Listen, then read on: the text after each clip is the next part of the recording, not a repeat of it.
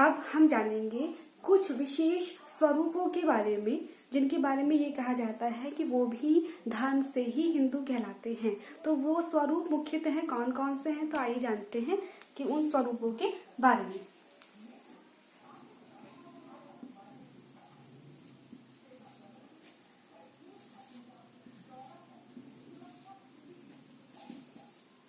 First, second and third. First प्रथम स्वरूप है वीर शैव,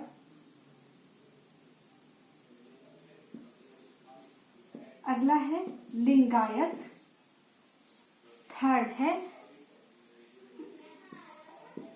प्रार्थना समाज और ब्रह्म समाज और आर्य समाज के समस्त अनुयायी, आर्य समाज के समस्त अनुयायी। ठीक है, हम पढ़ रहे हैं कि वे कौन से व्यक्ति हैं जिनके ऊपर हिंदू विधि लागू होती है। जो इसके पहले वीडियो में मैंने बताया है, 5 ग्राउंड्स बताए हैं, जिसके बारे में हम ये कह सकते हैं कि हिंदू विधि इन लोगों पर, इन व्यक्तियों पर पूर्णतः लागू की जाती है, लागू होती है। ठीक है, इसी के साथ साथ हमने ये बताया अब आपको कि इनके कुछ स्वरूप भी हैं। ठीक है, कुछ स्वरूप ऐसे हैं जो हिंदू होने के नाते हिंदू धर्म के अंतर्गत ही आते हैं। वो स्वरूप कौन कौन से हैं? फर्स्ट हो गया वीर एवं शैव, और सेकंड है लिंगायत, और थर्ड हो गया प्रार्थना समाज, ब्रह्म समाज और आर्य समाज के समस्त अनुयायी इन स्वरूपों के अंतर्गत ही आते हैं। क्लियर? अब हम ये जानेंगे कि वो ऐसे कौन से व्यक्ति हैं। ठीक है, तो मैं अगर पॉइंट वाइज इसको बनाऊं सेकंड और थर्ड करके, कोई ऐसा व्यक्ति, कोई ऐसा व्यक्ति जो क्या हो, दिख रहा है? कोई ऐसा व्यक्ति जो धर्म से, कोई ऐसा व्यक्ति जो धर्म से ही बोध है या बोध हो। Okay, and the next is कोई ऐसा व्यक्ति जो धर्म से जैन हो, कोई ऐसा व्यक्ति जो धर्म से ही सिख हो।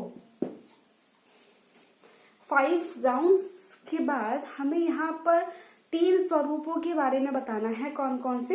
वीर एवं शैव, लिंगायत, और थर्ड हो गया आपका प्रार्थना समाज, ब्रह्म समाज और आर्य समाज के समस्त अनुयायी इसके अंतर्गत आएंगे। ओके, इसके बाद हम थर्ड पॉइंट बना करके लिखेंगे कि कोई भी ऐसा व्यक्ति जो कि अपने धर्म से जैन है, अर्थात कोई ऐसा व्यक्ति जो धर्म से बोध हो, कोई ऐसा व्यक्ति जो धर्म से ही जैन हो। And third and last is कोई भी ऐसा व्यक्ति जो धर्म से ही क्या हो, सिख हो। ठीक है, तो वो क्या कहलाता है, क्या कहेंगे, वो क्या कहलाता है?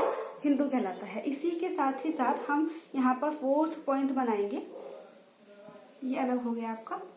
ओके, इसके बाद हम यहाँ बनाएंगे नेक्स्ट, थर्ड के बाद 4th पॉइंट।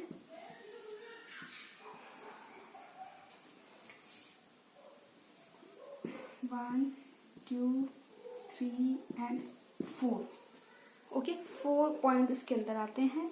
4th पॉइंट के अंदर फर्स्ट कहते हैं कि कोई भी ऐसा व्यक्ति जो मुस्लिम नहीं है। ठीक है, यहाँ हम बात कर रहे हैं कि हिंदू विधि किन किन व्यक्तियों पर पूर्ण रूप से लागू होती है। ठीक है, तो हम कह रहे हैं कि कोई भी, यहाँ पे मैं शॉर्ट में लिख रही हूँ, लेकिन जो मैं बोल रही हूँ प्लीज को अटेंशन, प्लीज ध्यान से सुनिएगा, क्योंकि यहाँ मैं शॉर्ट में ही लिख पा रही हूँ। ठीक है, तो कह रहे हैं कि कोई भी ऐसा व्यक्ति जो मुखी मुस्लिम नहीं है। ठीक है, नेक्स्ट है कोई भी ऐसा व्यक्ति जो पारसी नहीं है। कोई भी, थर्ड है कोई भी ऐसा व्यक्ति जो ईसाई नहीं है। कोई भी ऐसा व्यक्ति, 4th एंड लास्ट, कोई भी ऐसा व्यक्ति जो यहूदी नहीं है।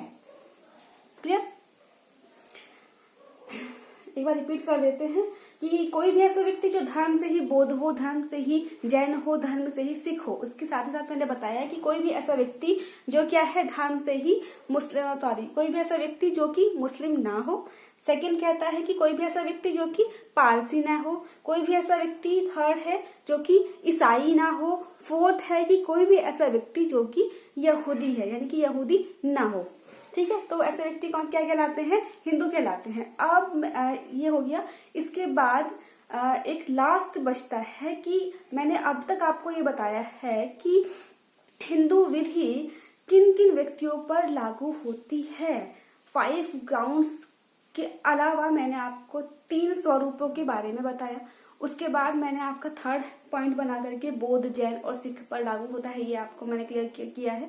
उसके बाद मैंने लास्ट में ये भी क्लियर किया है कि जो मुस्लिम नहीं है, ईसाई नहीं है, यहूदी नहीं है, पारसी नहीं है, ठीक है, ईसाई नहीं है, ठीक है। फोर्थ ये हो गया।